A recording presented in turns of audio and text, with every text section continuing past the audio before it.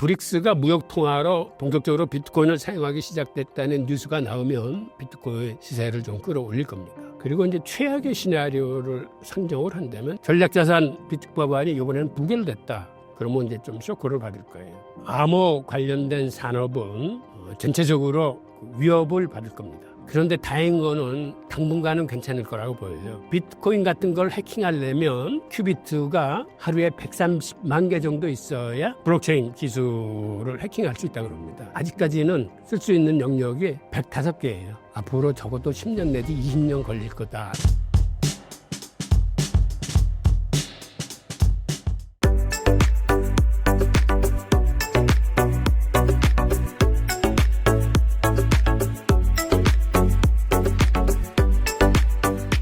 마이크로소프트 주주들이 비트코인 투자에 반대했다고 합니다. 어떤 이유 때문인가요?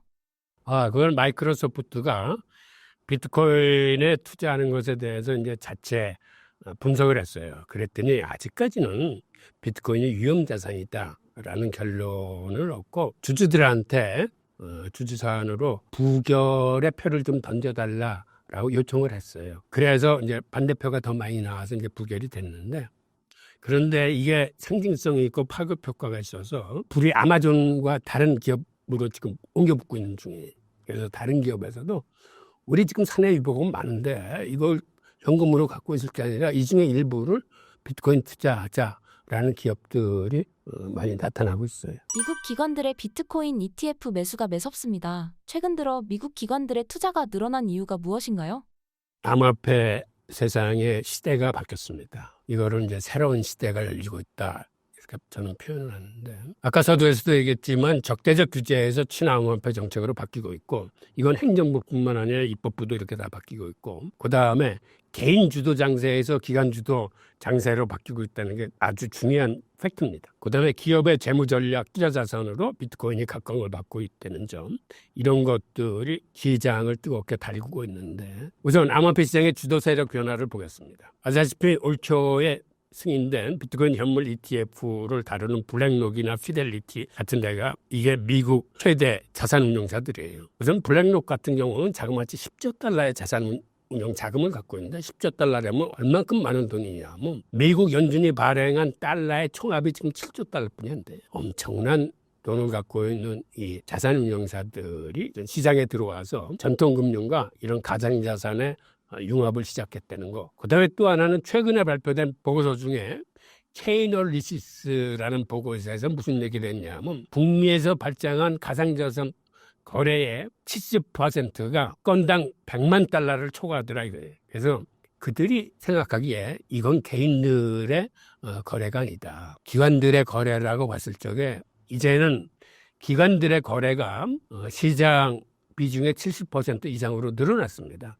과거에는 기관들의 거래가 거의 없었고, 올 초 들어와서 기관들이 들어오기 시작하면서 올 초만 해도 개인 비중이 한 70%, 기관이 30% 정도라고 봤는데, 이 보고서에 의하면은 이미 기관들의 비중이 70% 이상으로 이제 늘어났다는 그런 얘기입니다. 이렇게 기관들이 시장을 이끌고 가게 되면 거래 금액 단위 자체가 커지기 때문에 시장이 굉장히 활발해질 수 있습니다. 지금 비트코인 현물 ETF 흐름을 보더라도 지금 그래프에서 보시는 것처럼 올 초 한 3월 달쯤에 신고점을 찍을 때만 해도 거래량이 많이 늘어났는데, 이때는 거래량도 늘어났지만 그레이스케일에서 파는 매도량도 많았습니다. 여기는 빨간 게 그레이스케일의 매도량을 나타냈던 건데, 지금은 거래량은 늘어났는데 3월 달에 비해서 매도 물량은 그렇게 크게 늘어나질 않았어요. 거래량도 커지면서 이제는 순 매입세 위주로 시장에 자금이 들어오기 때문에 이런 이유로 해서 3월 달보다도 더 가파르게 지금 치고 올라가는 거죠. 그렇다면 사자세가 계속 지속된다고 보시나요?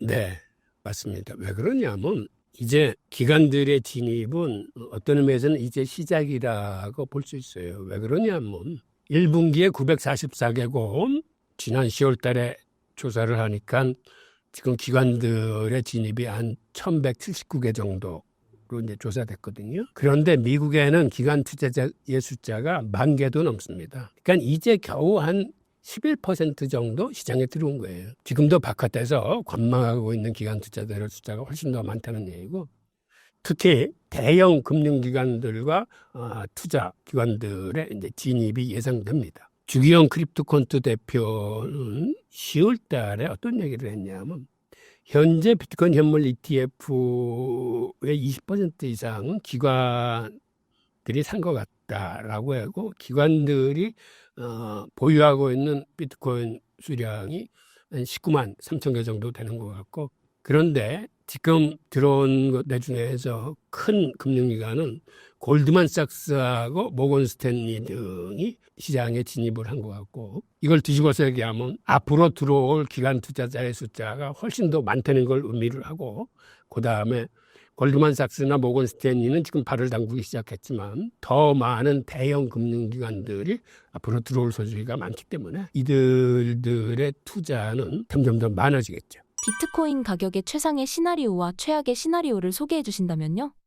종류가 많을 수 있습니다. 근데 우선 생각나는 걸 말씀드리면 미국이 전략자산 비축법안이 통과돼서 본격적으로 비트코인을 국가의 전략자산으로 모으기 시작하면 이게 굉장한 팩트가 될 수 있고 또 하나는 브릭스가 무역통화로 본격적으로 비트코인을 사용하기 시작됐다는 뉴스가 나오면 이 또한 비트코인 시세를 좀 끌어올릴 겁니다. 그리고 중국에서 비트코인에 대한 어떤 자세 전환적인 얘기가 나와도 시장을 달굴 수 있는 요소예요. 그리고 이제 최악의 시나리오를 상정을 한다면 예를 들어서 이런 거죠. 전략자산 비축법안이 이번에는 부결됐다. 그러면 이제 좀 쇼크를 받을 거예요. 뭐 이번에 부결됐다 그래서 완전히 안 되는 건 아니고 뭐 재산 인정을 하고 할 수도 있겠지만 일단 그게 악재일 수 있고 그다음에 지금 사람들이 지금처럼 이렇게 장이 뜨거워진 거는 트럼프 때문이라고 생각하기 때문에 글쎄 뭐 이거는 꺼내기가 좀 그렇긴 하지만 만약 트럼프가 암살을 내거나 하면은 일시적으로 크게 빠질 수 있겠죠.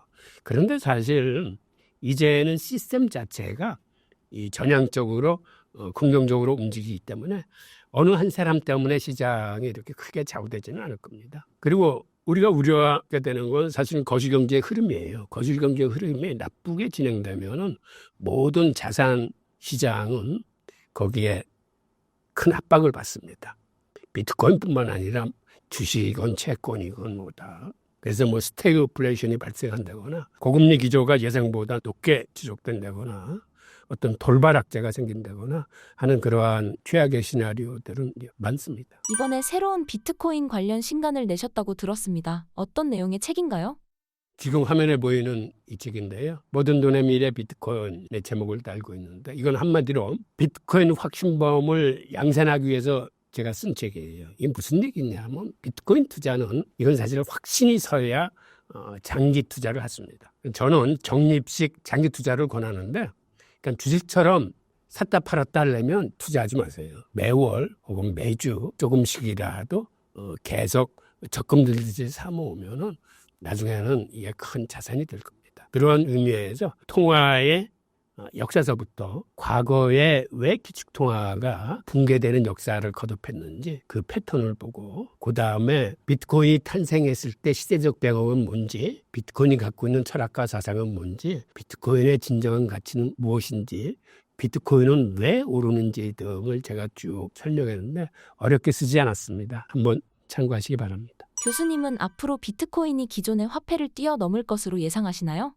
예, 그렇게 될 수뿐이 없는 게 앞으로는 CBDC가 나오면서 기축통화가 경제 블록별, 지역별로 이게 분권화될 겁니다. 그러니까 달러의 위세는 많이 줄어들고 기축통화들이 군웅활거가 시작될 거예요. 그리고 통화 종류도 지금 같은 달러 같은 지폐가 있고 CBDC가 있고 스테이블 코인이 있고 뭐 비트코인이 있고 통화 종류도 다양화됩니다. 이렇게 치열하게 경쟁이 시작되는 춘추전국 시대에서 궁극적으로 살아남을 수 있는 거는 소비자들이 선택해 주는 화폐여야 되는데 소비자들이 어느 화폐를 선택하겠습니까? 인플레이션 화폐?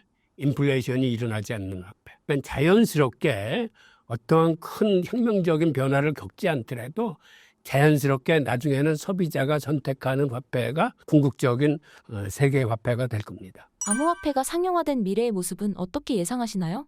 우선 현대에는 세 가지 큰 흐름이 있어요. 그게 뭐냐 하면 중앙집권의 탈중앙화입니다. 이건 사실은 모든 분야에서 일어나고 있어요. 우선 간단하게 미디어 부분만 봐도 옛날에는 방송국이나 신문사가 주체했는데 지금은 유튜브들의 영향력이 훨씬 커졌습니다. 이것도 분명한 탈중앙화 현상이에요. 그리고 아날로그의 디지털화는 누구나 아실 거고 화폐 세계에서도 이제는 지폐가 사라지면서 CBDC를 비롯한 디지털 화폐 시대로 들어가게 될 겁니다. 그 다음에는 온라인의 온체인화입니다. 이건 무슨 얘기냐면 정보혁명 시대에는 인터넷 같은 온라인이 중심이었는데 이제는 정보의 교환뿐만 아니라 가치의 교환도 같이 할 수 있는 온체인이 주주가 될 겁니다. 한마디로 이 중심에 블록체인 기술과 비트코인이 있어요. 그러니까 이런 세상 속에서 앞으로는 메타버스 시대가 인공지능과 챗GPT와 결합을 해서 예상보다 빠르게 실물 경제와 융합을 시작할 겁니다. 그러면 우리는 메타버스 경제 생태계 내에서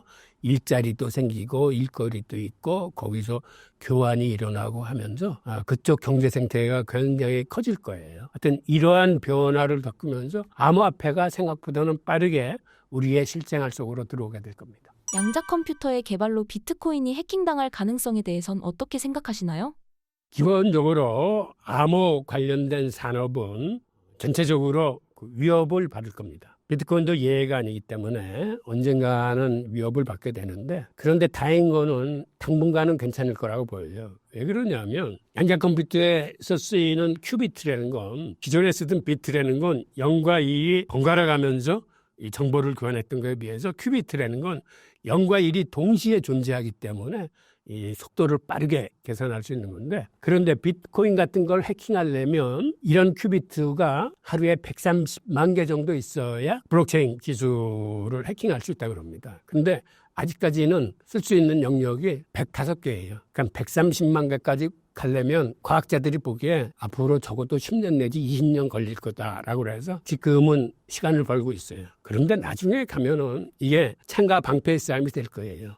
그런 양자 컴퓨터의 기술이 빨라질수록 블록체인 기술도 도망갈 기술을 또 찾게 돼가지고 서로 이제 주거니 받거니 하는 그런 시대가 올 겁니다. 지금 암호화폐 시장만 해도 우리는 암호화폐는 추적 불가능하다고 생각하는데 사실은 그렇지 않습니다. 암호화폐를 추적하는 기술도 많이 나오고 있어요. 그러면 또 암호화폐는 그 나온 기술을 보고 도망가는 기술을 개발을 해요. 그러니까 예전에는 이렇게 교환했던 게 그런 걸 추적하는 기술이 나오면 우회적으로 이제는 다른 데를 많이 들러서 감으로써 그 기술로서는 추적하지 못하게 하는 이런 창과 방패 싸움이 현재 암호화폐 기술에서도 많이 등장하고 있거든요. 마찬가지의 그런 궤적을 밟을 거라고 봅니다.